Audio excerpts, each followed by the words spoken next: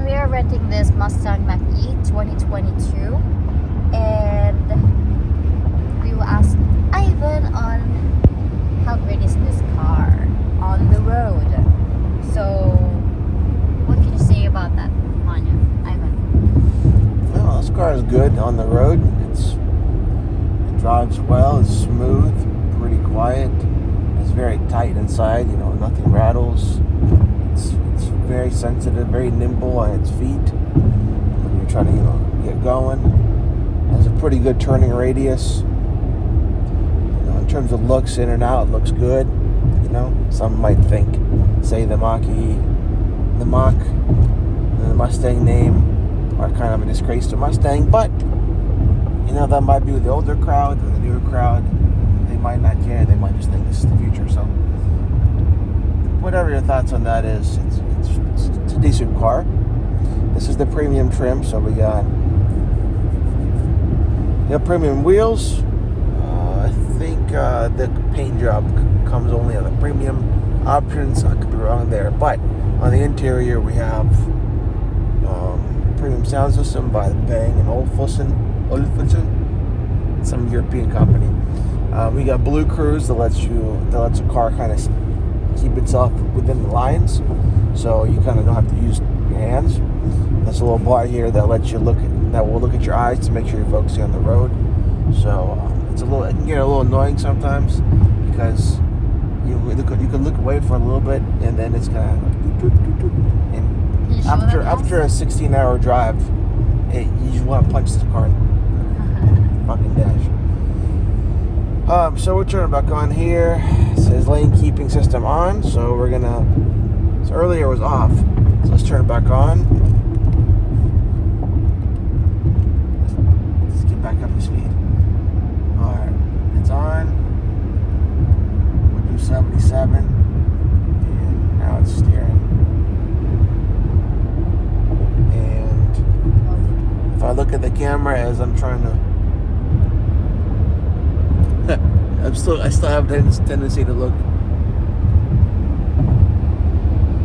It's still not giving that thing. That's weird. See, if I covered this up, for example, let me cover up the sensor. Okay, now it tells me, hey, pay attention because it couldn't recognize my eyes. So, yeah, that helps. But I'm going to turn that off because it does get annoying. I just want to try to have cruise control on. So, this right here. So, the overall layout of all the important details of the car, like the range, the battery percentage, your speed, of course, the speed limit. The speed limit is pretty accurate. I think the camera here picks up all of the speed limit signs, and they change literally like the second you pass a sign. It's pretty quick.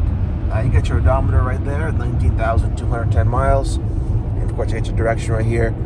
I wish they had the option to, like, for example, whenever you're using this car, like I've been in many electric cars, and whenever you're driving, and for example, you're going downhill, you can see like how much energy the car is putting back in the battery. Like there's a little bar that moves, and like when you accelerate, it moves up to show you that, hey, you're taking energy out of the battery.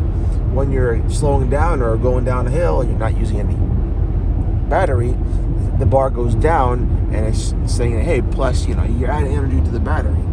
There's none of that sign there, which feels kind of weird. Also, there is no button or lever to press to kind of turn on, what do you call it? Well, they have one pedal driving in this car. Well, I'll get to that later, but they do have one pedal driving. But like for example, the Chevy Bolt, if you want to slow down and you want to take advantage of the regenerative brakes in the car, you just press the button and you'll start. If you want to slow down, you'll just use the electric motors to slow the car down without using the brakes. Anyway, so there's no pedals here. Not all, but quite a few electric cars have that still. Although I think that might be going away, because I know Tesla doesn't have that. This car doesn't have it, so maybe it's a Chevy Bolt thing, and maybe some other ones. How about the features of this car, like the one that we have here, it has a big screen, which I really like. Although it's not the same as Tesla that you can do karaoke, but there are some features that is good too, right? Like especially the map, the navigation. You can easily see where you're going. Like, where's the map though? So okay, this car, it's obviously different than Tesla. That car is very user-friendly.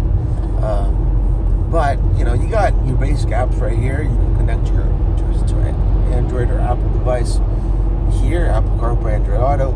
And you can look at your other settings, you know, which sees what you get right here. You got entertainment, which, as you mentioned, like karaoke and whatnot, it doesn't have that. But you got like YouTube and some other apps, but you can't really do anything until you stop. And I believe you have to be connected to the Ford app through the car in order to access that. Show me how to access the Android Auto, or I mean the map, so you can see it in the big screen. Oh, cool. Car has its own navigation. That's good. Dope. So this is not Apple. This is not like an Google Maps. This is Ford's map. So there you have it. Cool, huh? Anyway, but if you want to access Android Auto, we're going to tap on that. As long as the car says we can connect. Let's see, we're going to choose the phone. It should connect pretty easily. Alright, it says no response. So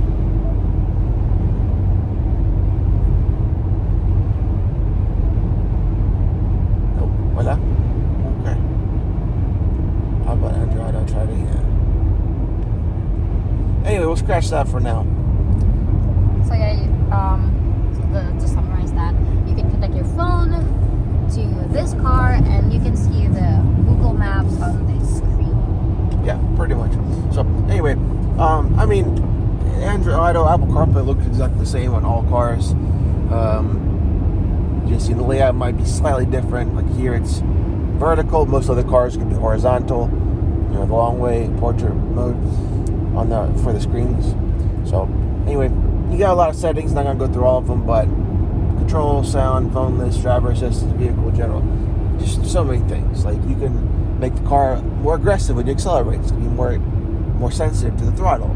You can click on unbridle, right? You can go to whisper, and then you can drive quietly, everything's more smooth. And you want to show that to us? There's no point. I'm driving on the highway. That make a difference. And then engage, kind of right in between. So, and you got many other options. There we go. And the light. That's one of the cool thing and the feature of this car that I like. Yeah, you could change almost every setting in the car. Could you check that, please? You can't see anything in the daytime. Okay. I'm only bringing things up that. Okay, so how about the price? Well, you can get this thing used for, so this is a premium, you could probably get it closer to $30,000 used, but there's a sticker in there that was, it said that they bought this car